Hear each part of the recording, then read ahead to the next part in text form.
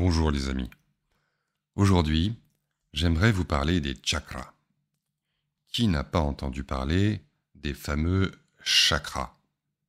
Rien à voir avec les chats, mais ça interroge tout de même. D'où est-ce que ça vient? Eh bien, cela vient des traditions de l'Inde et plus précisément de ce qu'on appelle le tantra ou le tantrisme. C'est principalement un courant ésotérique qui est apparu à l'intérieur d'une religion, le shivaïsme ou Shaiva Dharma, et qui ensuite a inspiré d'autres religions comme le vishnouisme et le bouddhisme. Quoi qu'il en soit, chakra est un mot sanskrit, la langue sacrée de l'Inde, un peu comme le latin, et il signifie littéralement roue. À première vue, il désigne, c'est ce qu'on dit aujourd'hui, c'est ce qu'on entend, les centres du corps subtil.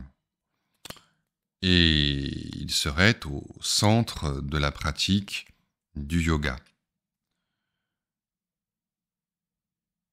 À l'origine, cependant, les chakras sont des roues, donc, qu'on appelle aussi Padma, lotus, bien que l'appellation chakra soit nettement plus répandue. Mais pourquoi des roues? Eh bien, l'idée est la suivante. Notre corps subtil, c'est le corps tel que nous le ressentons. C'est pas un corps physique, mais plus subtil que le corps physique. Non, c'est le corps subjectif tel que nous en faisons l'expérience. Le chaud, le froid, le léger, le lourd, la faim, la soif. Et c'est ce corps-là, ce corps vécu, qui serait le support de nos pensées, de nos émotions, de nos souvenirs, de nos désirs, de tous les événements mentaux. Or, à l'origine, ce que nous sommes réellement est une conscience pleinement connaissante et agissante, absolument et souverainement libre. Cette vérité profonde de notre être correspond dans le corps subtil à ce que l'on appelle le canal central, Madhyanari, que l'on appellera par la suite Sushumna, le canal creux et transparent. Or, ce canal, qui est situé au centre de notre corps et qui s'étend depuis le périnée jusqu'à la fontanelle au sommet du crâne, est pour ainsi dire entravé par des nœuds, traditionnellement au nombre de 12.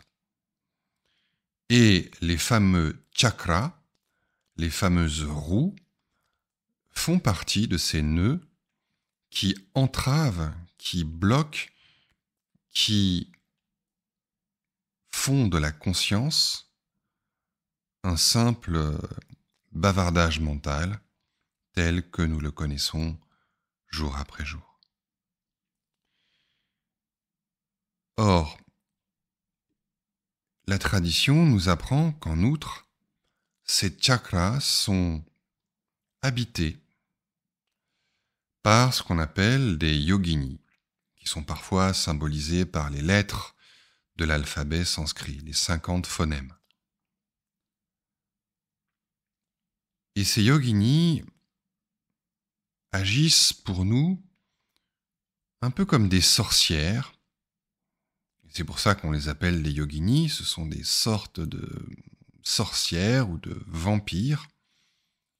En tous les cas, des créatures, des entités dangereuses, plutôt malfaisantes qui nous volent notre énergie vitale, qui nous détournent de la vérité, de la beauté, du bien, de ce que la tradition appelle Shiva, c'est-à-dire Dieu en fait,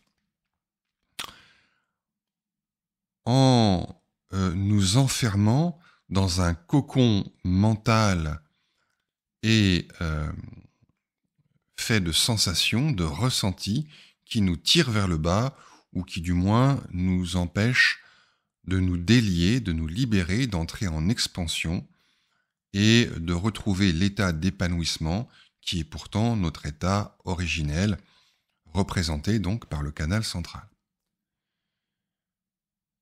Et c'est là qu'on peut se rappeler que le mot chakra roue désigne aussi une sorte d'escadron, une formation militaire en sanskrit, et que les yoginis sont souvent décrites comme se déplaçant en groupe, un peu comme des balais sur la surface de la terre ou bien dans les cieux.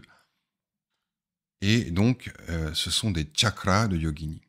Et donc, ces chakras sont aussi à l'intérieur de notre corps et nous asservissent depuis l'intérieur, en quelque sorte, comme des sorcières ensorceleuses qui nous ensorcellent depuis notre intérieur, au plus intime de notre être.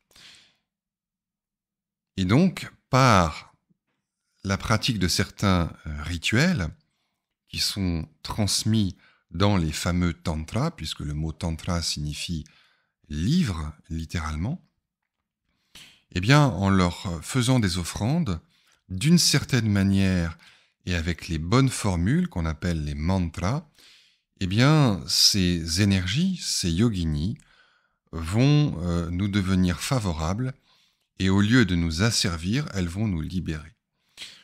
Donc voilà ce que sont les chakras. Les chakras, ce sont nos énergies, les énergies de notre corps, de notre âme, de notre esprit, qui, aux différents étages, aux différents plans de notre être, nous asservissent parce que nous ne savons pas les satisfaire.